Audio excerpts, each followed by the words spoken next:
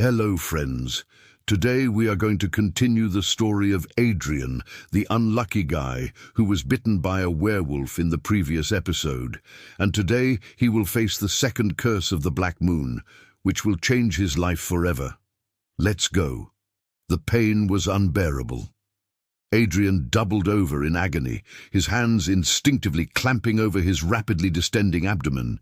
His teeth hurt, each one protesting as if trying to break free from his mouth. His entire body throbbed as if every muscle, every sinew was being stretched, torn and twisted into something grotesque. His vision swam. He could hear his own ragged breathing echoing in his ears, but that was nothing compared to the deafening roar of his pounding heart. It was the first full moon since the fateful encounter with the werewolf in the woods. Since the night he had been bitten, cursed, that single blood-chilling howl during the full moon was all it took for him to know that this was happening again. It wasn't a nightmare, not anymore. It was real, terrifying and inescapable. How long did it last? Hours or seconds? Time had no meaning anymore. All that existed was the pain, the maddening, soul-wrenching pain, as his bones cracked, shifted and reshaped. Then, just as abruptly as it started, it stopped. Adrian crumpled onto the floor, his body shaking with tremors. Outside, the wind howled like a banshee, whipping against the walls of his house. Rain lashed against the window panes, blurring the silvery glow of the full moon. Adrian lay there for what felt like an eternity, too afraid to move, too terrified to open his eyes. He knew, somehow deep within the recesses of his mind, that he had changed. He could feel the difference in his limbs, the enhanced strength, the unnatural flexibility. His senses were on fire, heightened to a level that was almost painful. He could hear the crickets chirping outside, the distant hoot of an owl, the rustling of leaves in the wind. It was as if the world itself was whispering secrets he was suddenly able to perceive. But the most terrifying realization was yet to come. When Adrian finally summoned the courage to glance at his reflection in the window, what he saw sent a jolt of pure terror through him. Staring back was a creature from his worst nightmares, a grotesque parody of his former self. Gone was the boyish charm of the young man he once was. In its place stood a monstrous wolf, its fur the color of midnight, its eyes burning embers in the darkness. Its teeth were bared in a perpetual snarl, revealing a glimpse of the razor-sharp fangs hidden beneath its muzzle. Its claws glistened, promising pain and destruction. This was Adrian, or rather, the werewolf that now inhabited his cursed form. The transformation was complete. Veer turned to panic as he tried to claw at his reflection, desperate to break through the glass and escape the monster he had become. But it was no use. He was trapped, locked behind the barrier of his own humanity. As the moon climbed higher in the sky, so did the beast's restlessness. Adrian could feel the primal urge to run, to hunt, to kill, clawing at the bars of his human prison. The windows, the doors, the very walls of his house became his jail cell, holding back the raging beast that wanted to be free. But the wolf within was strong, too strong to be contained forever. With a final, ear-splitting howl that shattered the silence of the night, Adrian broke free.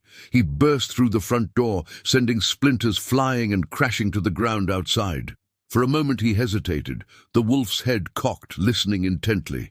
Then it bolted into the night, disappearing into the darkness beyond the streetlights. Adrian ran, driven by instincts he didn't understand, guided by senses he didn't control. Through the eyes of the wolf, we see the forest at night, alive with shadows and sounds.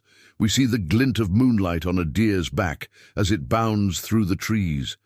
We feel the rush of adrenaline as the wolf gives chase. But the wolf is not just a mindless killing machine.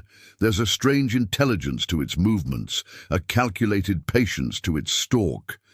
The chase leads to a clearing.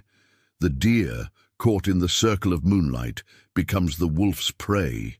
The hunt is swift, efficient, almost surgical. The deer doesn't stand a chance.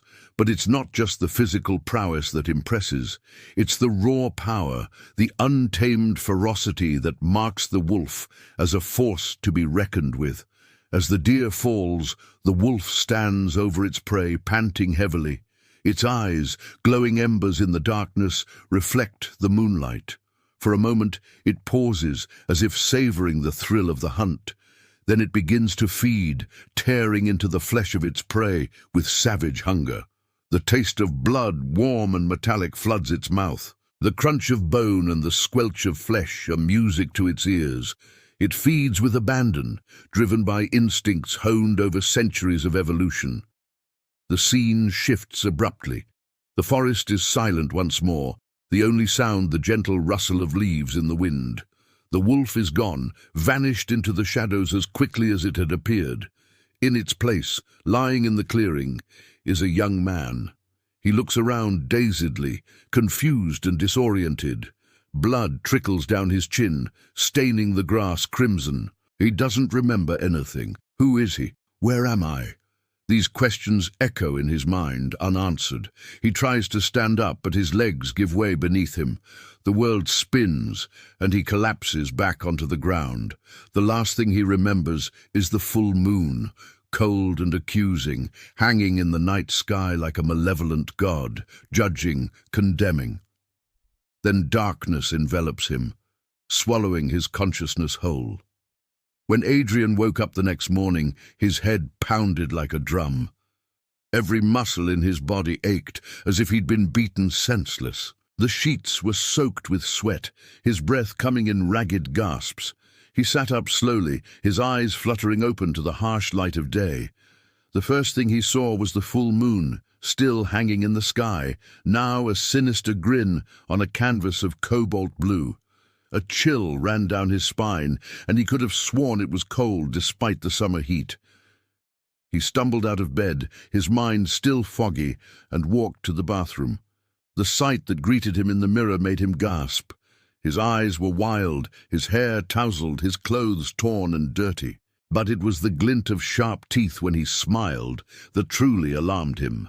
Then came the memories, fragmented and disturbing, flashes of a creature moving through the forest, a flash of a deer caught in a merciless chase, the taste of blood, the feel of raw flesh beneath its paws. Adrian recoiled in horror. He washed his face, hoping to wash away the remnants of the previous night, hoping to find some shred of explanation in his own reflection. But all he found was fear, a bottomless pit of gnawing terror staring back at him. Rushing to his phone, he dialed 911, his voice shaking as he reported a missing person, hoping against hope that someone, somewhere, might have seen something, anything, that could shed light on his whereabouts during the night. But the operator's voice was kind, sympathetic, yet tinged with the jaded understanding of one who dealt with countless such calls. There had been other reports of a mysterious wolf-like creature prowling the woods, but they were just that. Reports. No concrete evidence, no witnesses.